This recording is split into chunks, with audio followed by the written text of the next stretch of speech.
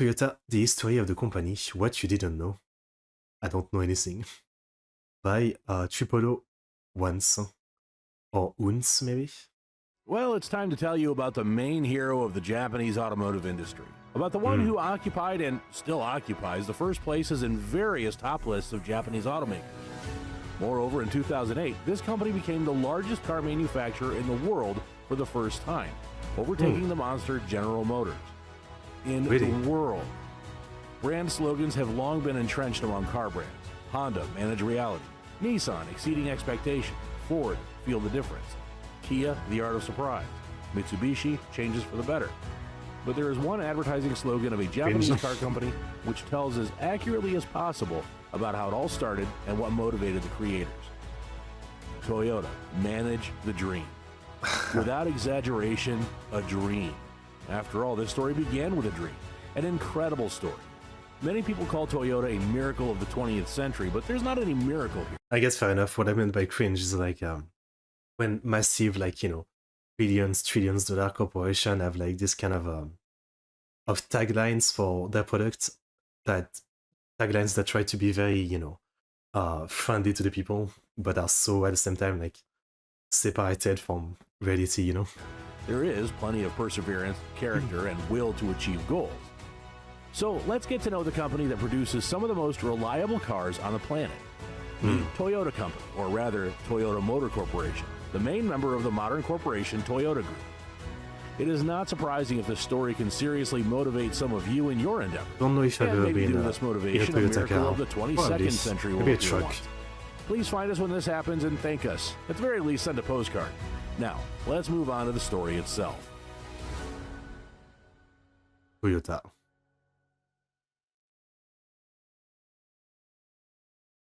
Now is February 14th, 1867. In Europe and America, people celebrate Valentine's Day. And at this time in Japan, in the town of Kosai, was born a baby who, having grown up, will lay the foundation of the automobile giant Toyota. Meet Sakichi Toyota. Then, his school years were waiting for him in the awakening of a damn strong craving for industrial mechanisms and invention.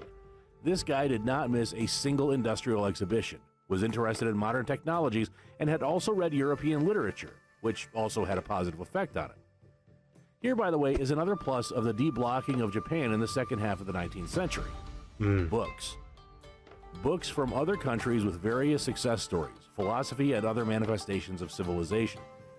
All this self-development, works, and aspirations of Sakichi Toyota are not in vain, and in 1890 he invented a car? No. Did he? No, that's kind of early. No, not that either. He invents a handmade wooden loom and inserts his surname Toyota into the name. Unexpected, right? Interesting. There's an anime called Kona Kitan, which I recommend. It's Yuri and Kid Girl and Fox Girl. Basically, it's a bunch of like Fox Girl running an inn for yokai and human travelers. And there's an episode about a lady that has basically a machine like this, very much like this.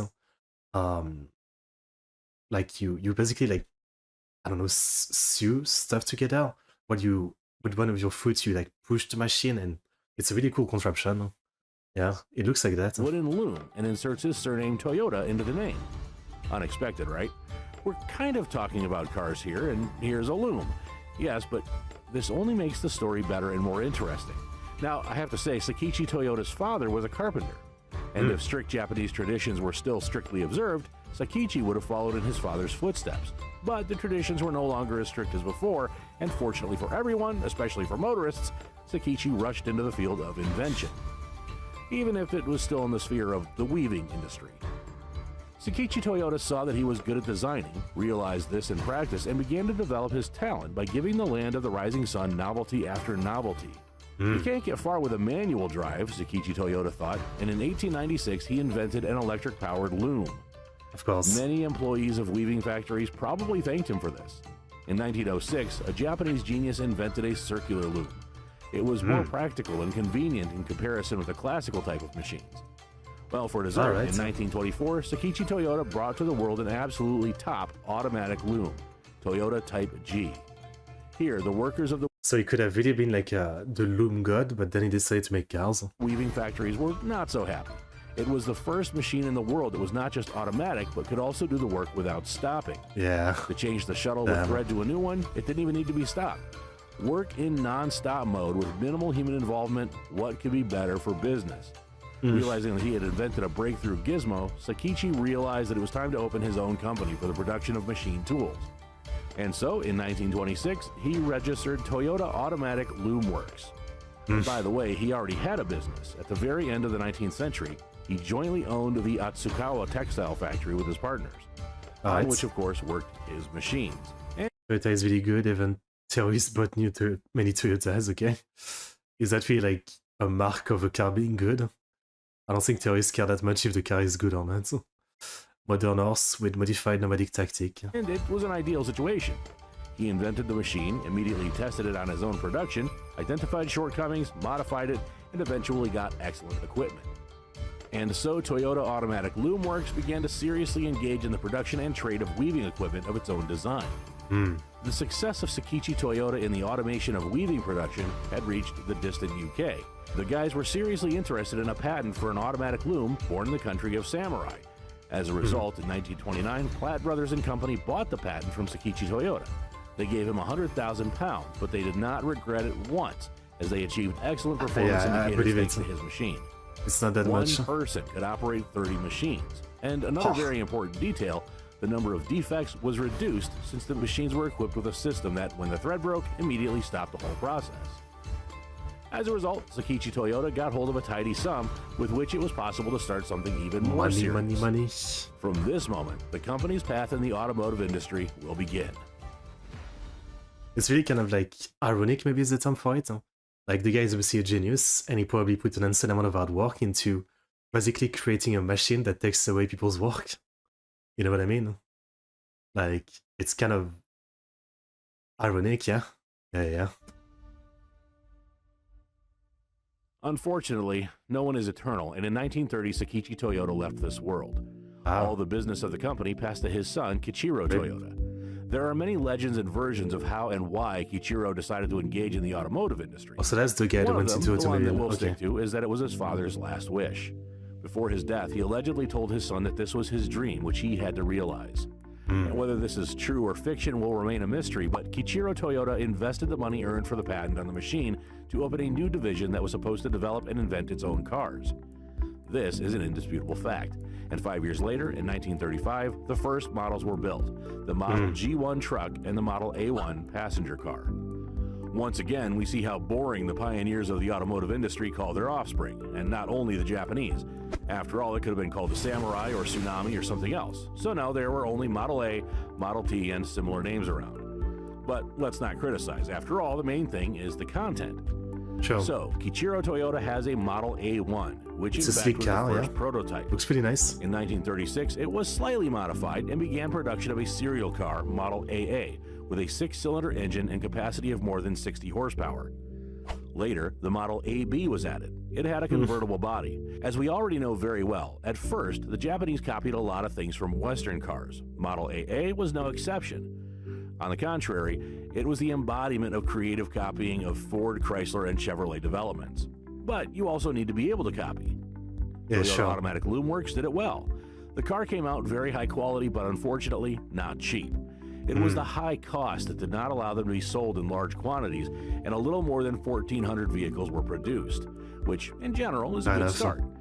You probably noticed that in all our stories, at the beginning of the road, Japanese automakers had the same problem: high cost. After all, Ford's philosophy of simplicity and accessibility is of great importance in this business.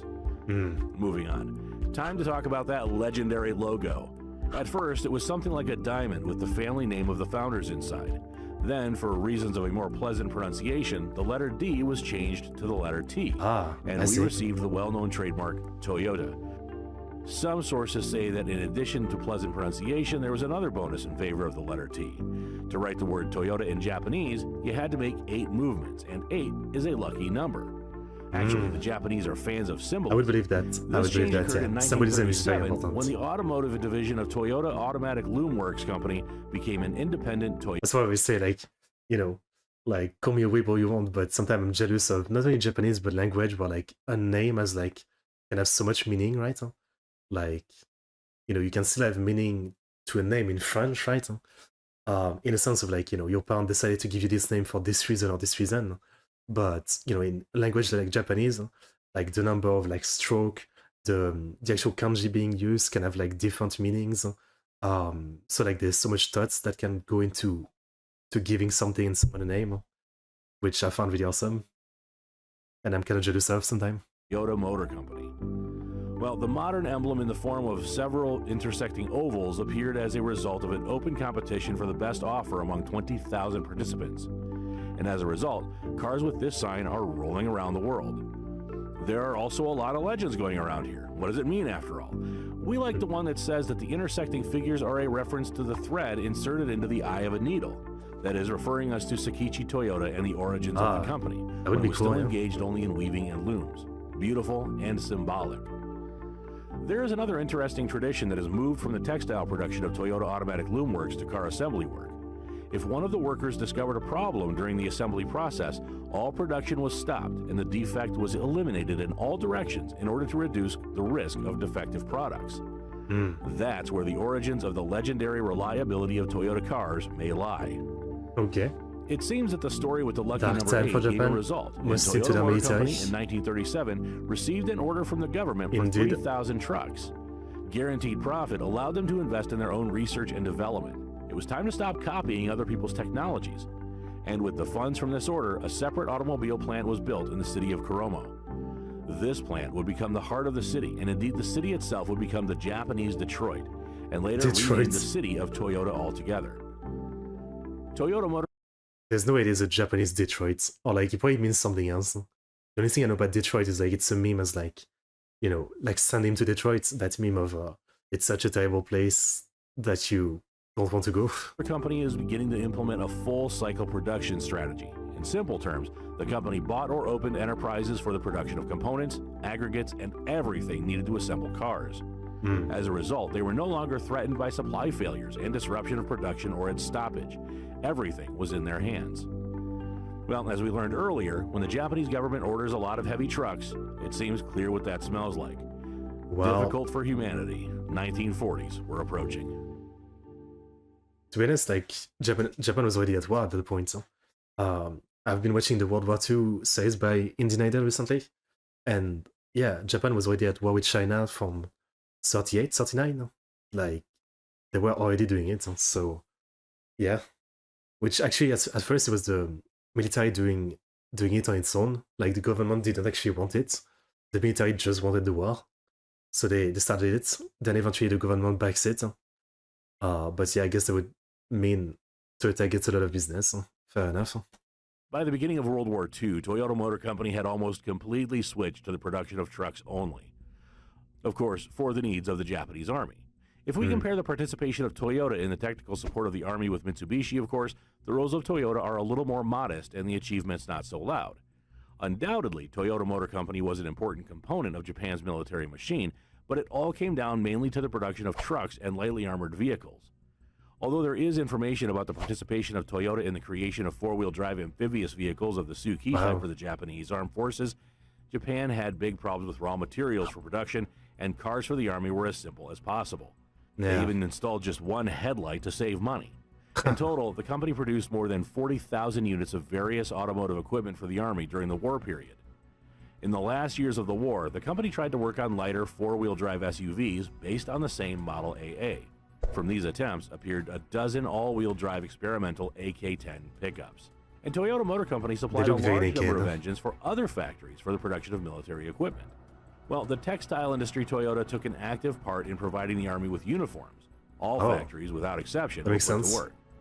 During the war, a considerable part of the infrastructure of the Toyota Motor Company was destroyed, as well as the whole Japanese industry. But no matter what, Kichiro Toyota was faithful to his father's dream and was not going to give up. Toyota made a decision to start production of a new car model. And so in 1947, among the ruins of the capitulated country on the broken roads, the Model SA appeared. This car had a new body design, somewhat resembling a Volkswagen Beetle. Improved suspension, reduced dimensions, 2 doors, 4-cylinder engine. In general, it was a neat and good car. It's cute. But there was an economic crisis in the country, and the population did not have enough money even for a moped, let alone a car. For the automaker, these were simply disastrous conditions. For example, from 1947 to 1952, Toyota somehow produced only 300 cars and was almost on the verge of bankruptcy. They had to cut workers, which led to riots and strikes. In general, it was a situation. But again, like the after-war situation, like you lost the war, you know, like cities have been leveled, industries have been leveled, you are occupied by a foreign force. I mean, and the world, I mean, it was World War II, right? Like the world's economy is in shambles. I mean, it makes sense. It makes sense. We all know that like Japan basically gets like I think it's called like post-war economic miracle. It's not right away, but it basically kind of happens, right? Japan started doing great until the 80s, which is like peak and insane. And since then it's been going down, right? But yeah, it's actually pretty crazy that like any company survived after World War II, right? Like, yeah. Situation which you will not wish on your enemy. Here, there are some interesting points worth mentioning. Various post-war industrial control systems operated in the country, and at this time, in relation to car manufacturing, a terrible injustice has reigned. The joke is that the prices of raw materials were not particularly controlled and grew rapidly, but the price of cars, on the contrary, was strictly controlled.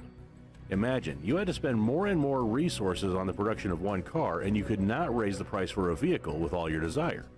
It was like a nightmare. It is not difficult to guess how this affected the already weakened business. More and more losses, and the Toyota company employed a large number of staff. When things don't go well, here come the job cuts. Yeah. The company has repeatedly said that it would try to avoid such measures, but sometimes the reality is cruel. The workers' unions, sensing that the case smelled of layoffs, almost began to rebel. Misunderstandings and dissatisfaction between them and the company's management constantly broke out. Kichiro Toyota was terribly worried about this and was really nervous. So nervous that in the end he became seriously ill. As a result, the management and decision-making were handled by the Council of Top Managers. And in the spring of 1950, the company still made an unpleasant decision about the voluntary retirement of more than 1,500 employees. Have a good rest. After such a statement, real and large-scale strikes had already begun. For 2 months in a row, riots continued among workers supported by the union. Production volumes had fallen by 70%. It was a deadly situation for the company, and that's where Kichiro Toyota acted like a real noble samurai. In June of 1950, he announced his retirement. Well, Thus, he admitted his guilt and took responsibility. I can imagine. I mean, Germany not only lost the war and was pretty fucked up, but then it was occupied by like a bunch of different countries, and then it was literally split, like Berlin was split. For himself. Such an act cooled the ardor of the workers, as they respected their boss very much, and such a step raised his authority. And most importantly, it worked. The strikes stopped, and the company was on the road to recovery. Yay. So the company also had to get into a big loan to stay afloat. And then apparently the lucky number 8 worked again. It was 1952. The Korean War was thundering at full volume. The U.S. Army needed military vehicles. And the USA, realizing that Toyota was ready for anything and had considerable experience in the construction of trucks, ordered the production of more than 4,500 Army trucks, plus the subsequent maintenance of the equipment. Now here it is that very financing, the breath of oxygen so necessary for a bloodless... That's crazy when you think about it. Like, also if you think about the people involved, right? Like, wasn't MacArthur the one that more or less led the, like the operation against Japan? Then he was part of... running the occupation force of Japan. And then he was the one to basically start, lead America into the Korean War, right?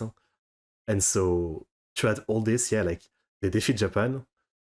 Then they're like, can you make us trucks to fight in the Korean War? Like, the connection. A company that was on the verge of ruin. Thus, Toyota Motor Company had another chance. And despite the fact that Kichiro Toyota died in 1952, Toyota did not miss this chance and still got out of the shit it found itself in after World War II. As soon as the funds appeared, the company began to modernize production, introduce innovations, and develop its own developments. Toyota Motor Company began to apply a new philosophy. The basic principle was constant development and improvement.